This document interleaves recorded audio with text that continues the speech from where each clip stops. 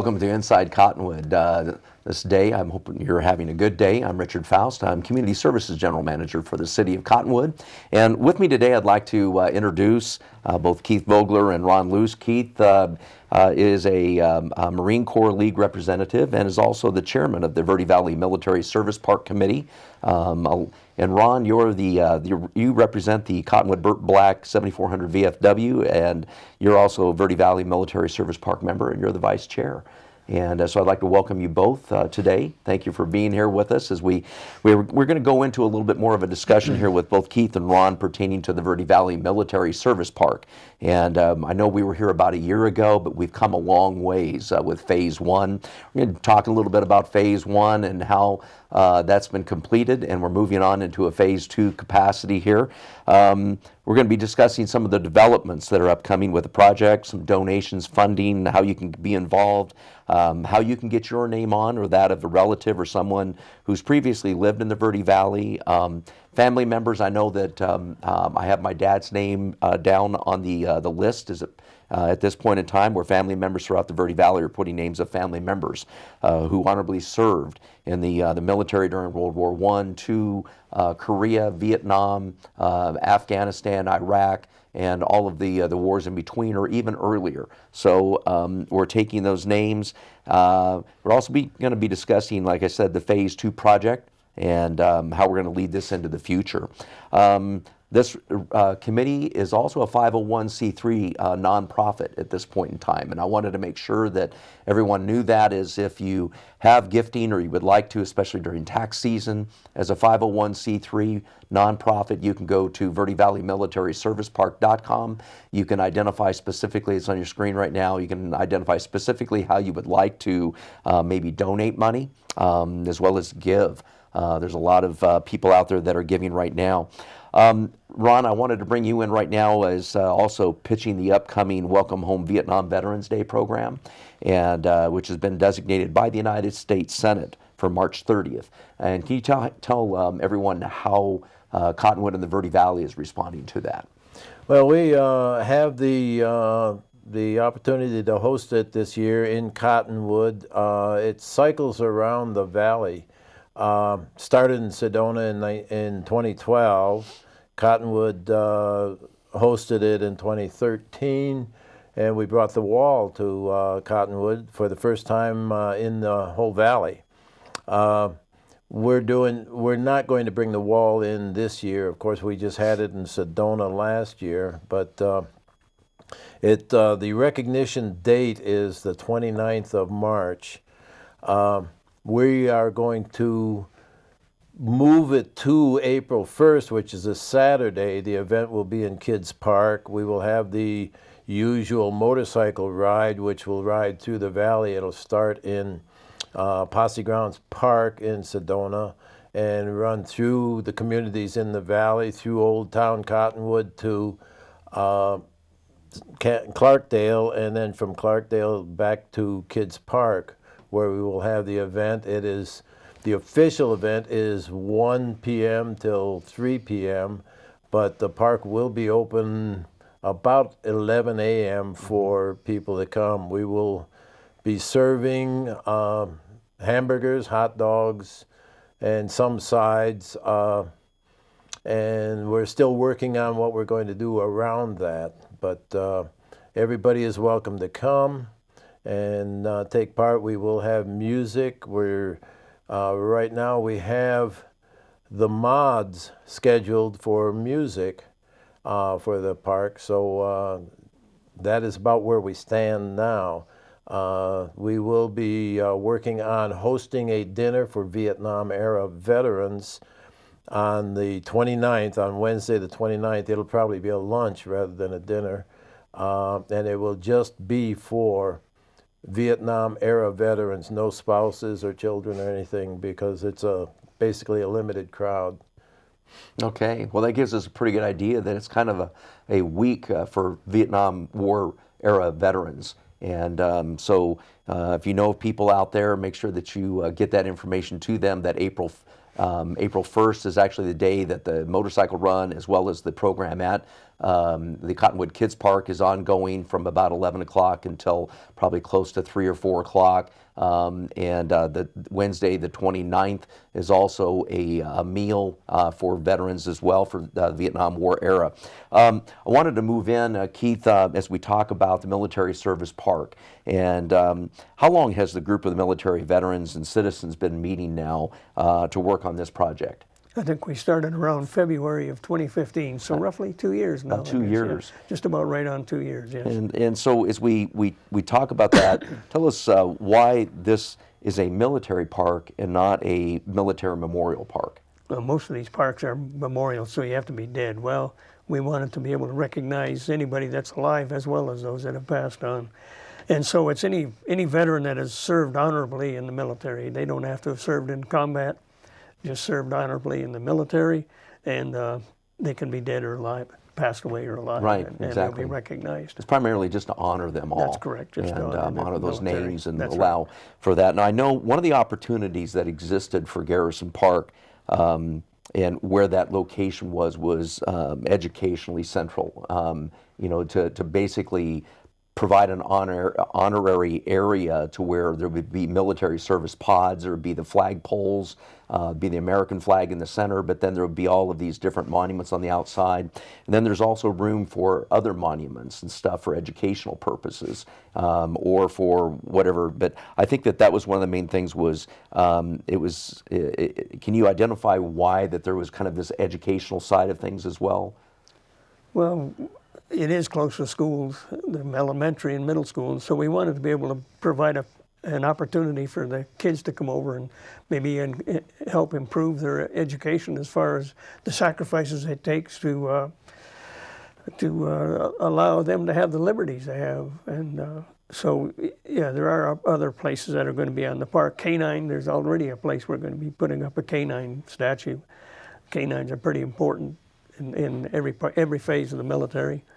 We're going to have, we're probably not going to be doing too much work on some of these other ones, but we've had discussions about USO, Rosie the Riveter, Merchant Marine, Coast Guard Auxiliary, other opportunities too for recognizing their sacrifices in the military also. So there's, and the entrance too is going to be a big part of that. That was what I was going to say. There was an entranceway area there that would then provide some educational identification as to each one of the wars, is what was identified too as a possibility that you guys would also be taking a look at. Now, just yesterday when I was out there at the Military Service Park at Garrison Park, there was a school bus there from Camp Verde, and so they were all mulling around even on the outside of the fence line area looking at the flags. Oh. So you're already getting youth that are interested to find out what's going on. Sure. And so with having the current phase one of the operation completed, can you explain the first phase and how that has taken shape? Well, we did some fundraising. We've done a lot of fundraising between the last 2 years ago and today, but we raised all the funds we wanted to get the flags up so that we have a central point. That's going to be the central point of the park, is the flags. And in the flag place, we've got 5 military flags, and that's surrounding the American flag, and that's a 70-foot flagpole. And so we did a lot of fundraising, and we finally were able to raise enough money to be able to put those flags in place. So if you get by the Garrison Park, you can see that. Actually, you can see it from quite a ways around. Yeah, you can see right now they have it up on the screen as they're raising the 70-foot flagpole, and that was D&O Crane that was assisting and helping there.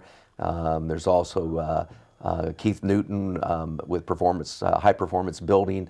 There's Mr. Luce, and he's holding that's a 12 by 18-foot American flag that is up there right now. On a good day, you can see, and they're lifting it into place.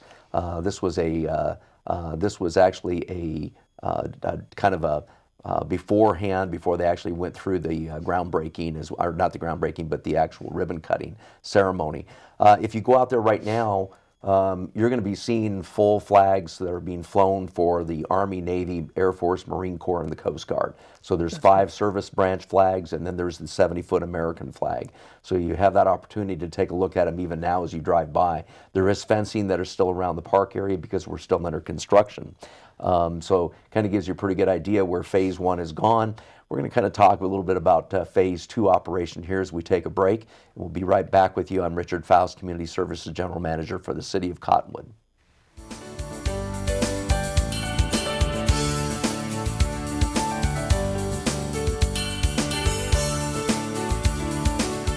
Go to VerdeValleyTV.com. Again, it's countywide, twice a week, every week, right here on Verde Valley TV. See you then.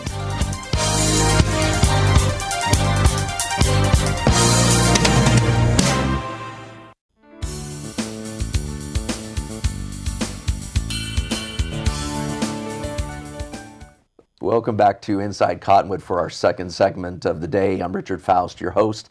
I'm Community Services General Manager for the City of Cottonwood. I'm really proud as well as pleased to have both Ron Luce and Keith Vogler here with me today. And we're going to go right into the, we have what they call the inscriptions that are coming up, as well as challenge coins, and we'll be discussing both of those here during this segment. But Ron, describe a little bit about the inscriptions and the cost there. What's the idea behind the $75 for the inscription?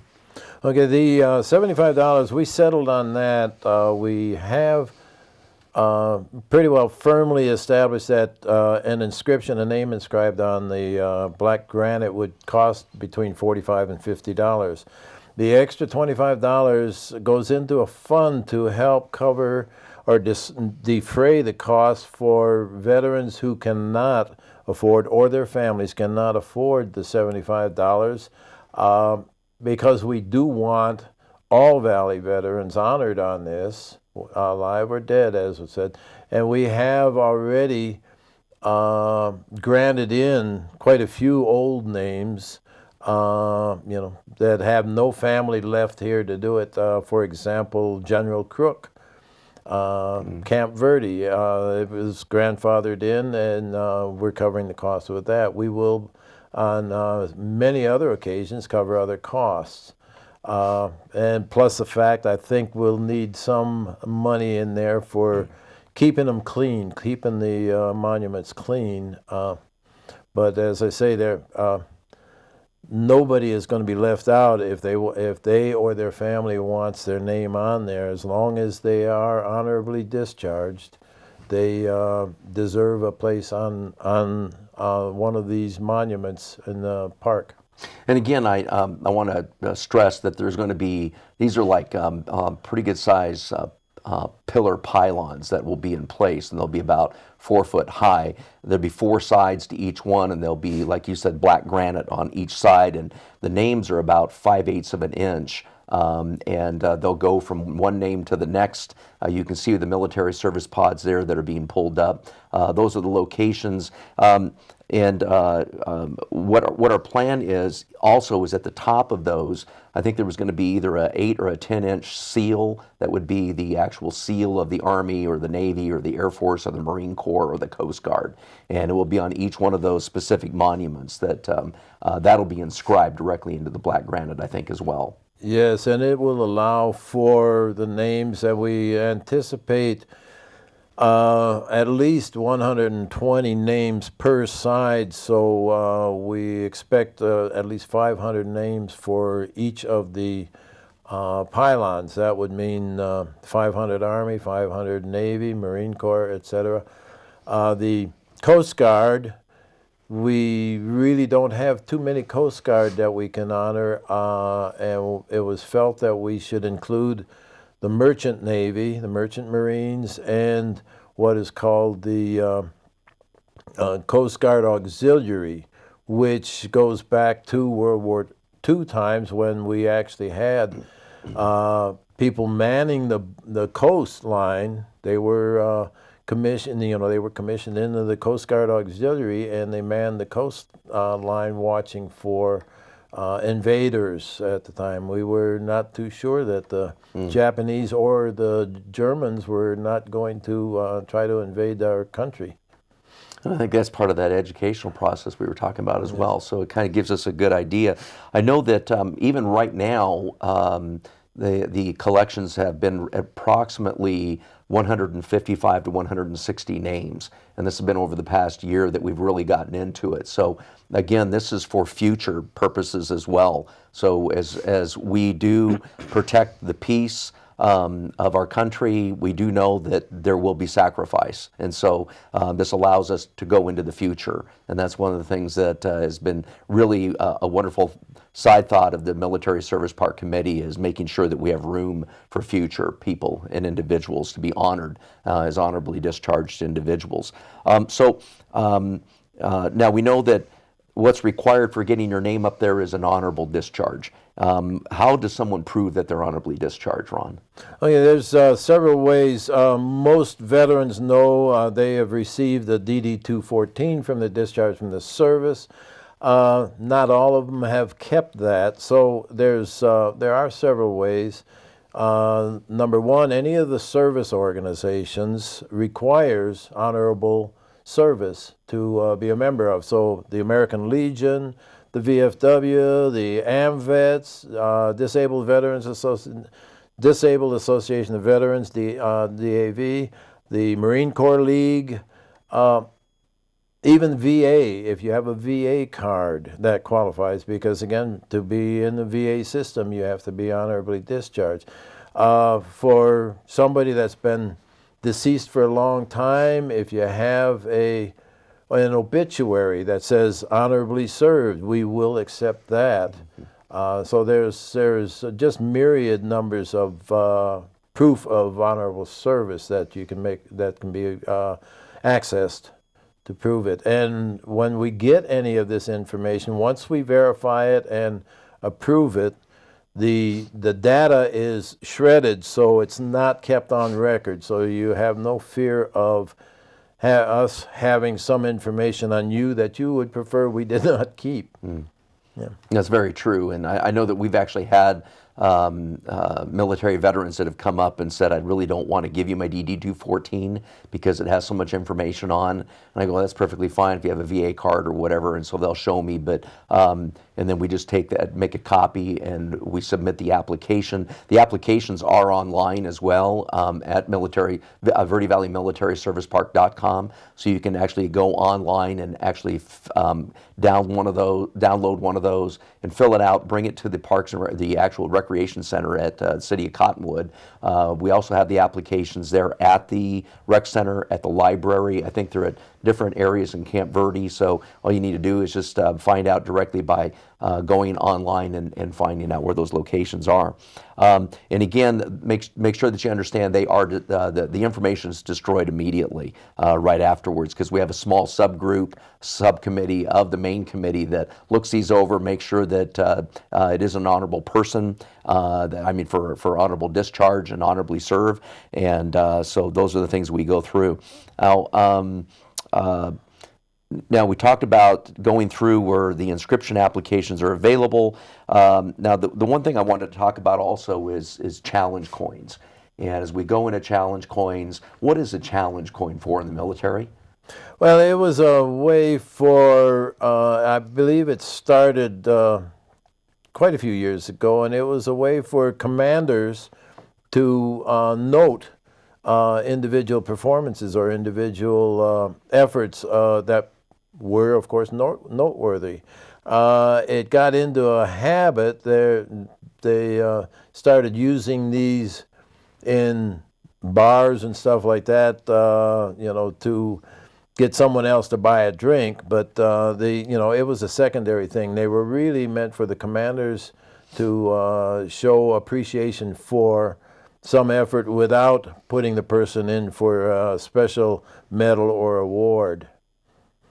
So now with those challenge coins, now we actually had in the first year, as Keith was indicating, we've been at this for about just a little bit over a year, but 2 years as we've been involved with everything. We had the first series of challenge coins that came out, and I think we'll be showing that up on the screen as well. But you have a copy of both of those, and you can kind of give them maybe an idea of the size of those coins. Those coins are how much, and where are they available at? Okay, these the coins. This is phase one. It was for the flag system. all the flags. We use that to help sponsor it. The coins themselves are $20 a piece. You can request by number, although I will say that the lower, probably 60% of the numbers are not available anymore, and quite a few in the higher level. They were numbered 1 through 1,000. Once you get the phase 1, the phase 2, you can repeat that number if you'd like, and we have about 200 or 300 repeats already. We are selling the coins. Like I say, the phase 2 coin is out now, and it's an eagle, and that is for the present phase that's in construction.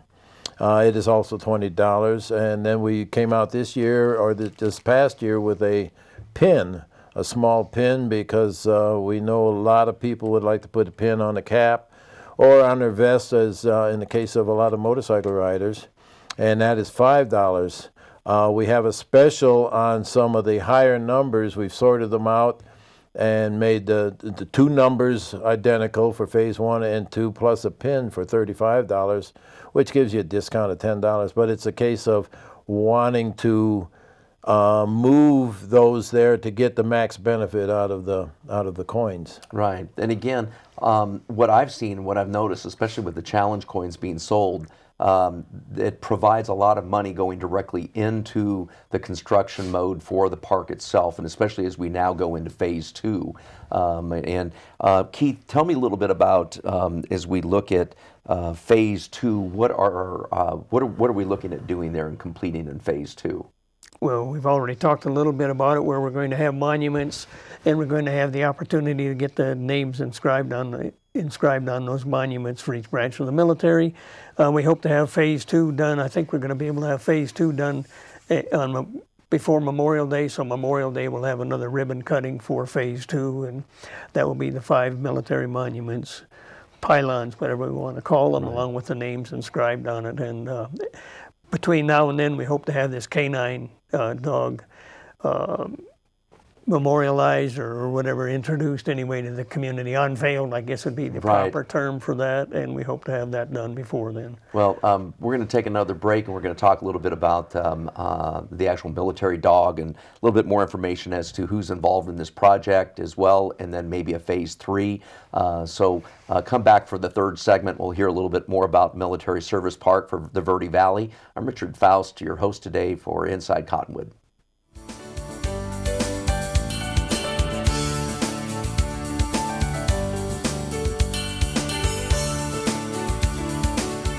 Go to VerdeValleyTV.com. Again, it's countywide, twice a week, every week, right here on Verde Valley TV. See you then.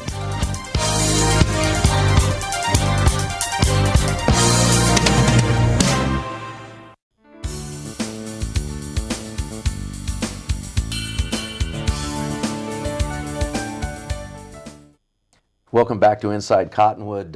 Your host, Richard Faust, Community Services General Manager for the City of Cottonwood, and talking with Ron Luce and Keith Vogler here. Keith, as we talk about the monuments, are there ways that people can actually help with those monuments as we look ahead here in construction phase for phase 2? I know that I think there was something set out to where people could actually, or businesses, corporations, or philanthropists that would like to give, they can actually buy an entire monument. Is that correct? That's correct. That's what we're going to be looking at doing, is once we get a cost of what a monument is going to cost to implement it or to build it, then we're going to be going around the community and elsewhere and try and get somebody to donate for each one, so that we can, and then your name, or you'll get recognition for your donation for that, for helping to build that particular monument. And it doesn't have to be just an individual. It could be a group. It could be an organization. But then there'll be some recognition for that.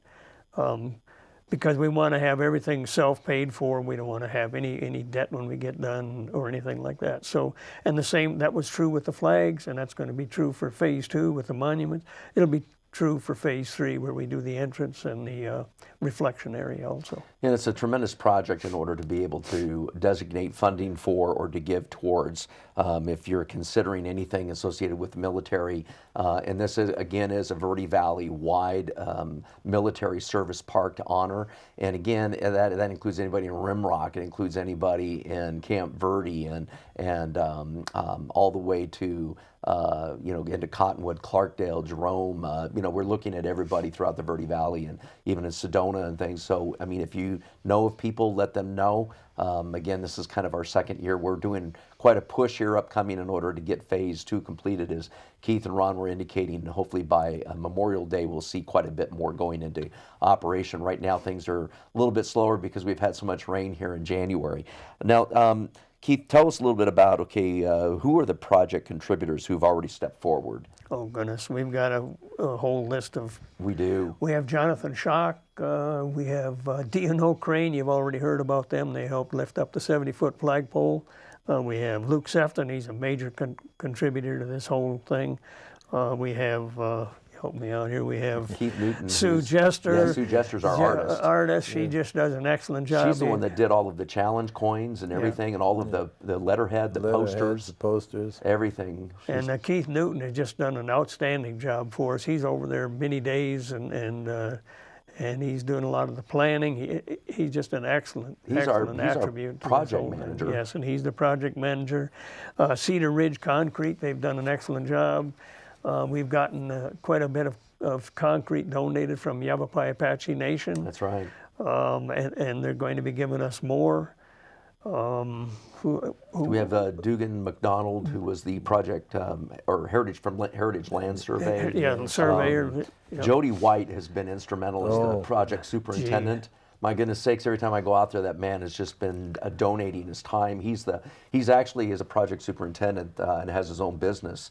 Northern Arizona Construction Services, Jody White. Yeah, you can't forget about Jody White. You can't. And he's a veteran too. Yes, he is. He's a Marine, isn't he? No, unfortunately, he's a CB. Is he a seaman? CB. Yeah, CB. Oh, gotcha. Okay. Yeah. But, even with that though, he still does an excellent job. Yeah, he does. Being in the Navy, he still does an excellent job. Then we've had committee members. We've had some great support from. Monetary support from some committee members. We can't forget Joel Tatar, Dave Blauert, Alan and Linda Bretcher. It goes on and on. Everybody seems to contribute, and we've had some good contributions from Steve Palmer at Westcott Funeral Home. Right. I have to talk him. We got sponsorships for all of the flagpoles that. From donors. And so all their names will be recognized. We are still looking for sponsorship for flags, for the continuing flags, which will be replaced twice a year, Memorial Day and Veterans Day.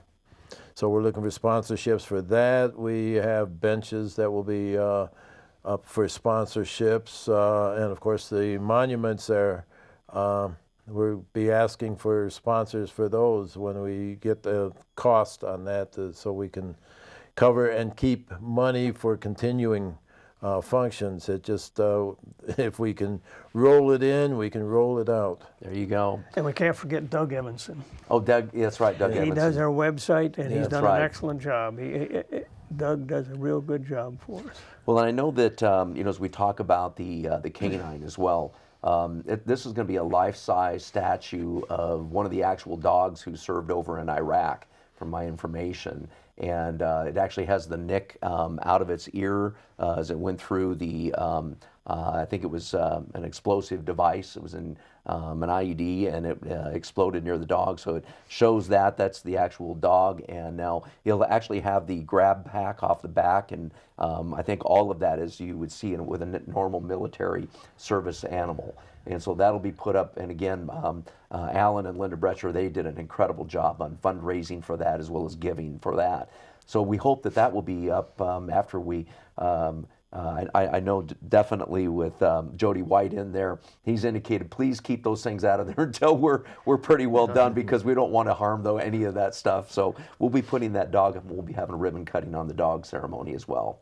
And that's Law Enforcement Creations is doing that part of it. That's too, right. so, yeah. Yes. And now I know that as we discuss our mission and the mission statement, I just wanted to read that real quick. The Verde Valley Military Service Park mission is to honor military veterans of the United States of America who currently live in the Verde Valley, have lived in the Verde Valley, or have Verde Valley connections and has honorably served their country. This includes any period of service in the armed forces in which the individual has been honorably separated from active or inactive service, always being that the military service is to be honored and respected because until humanity achieves peace, the preservation of freedom will depend largely upon convictions, courage, and heroism of members of the United States military services.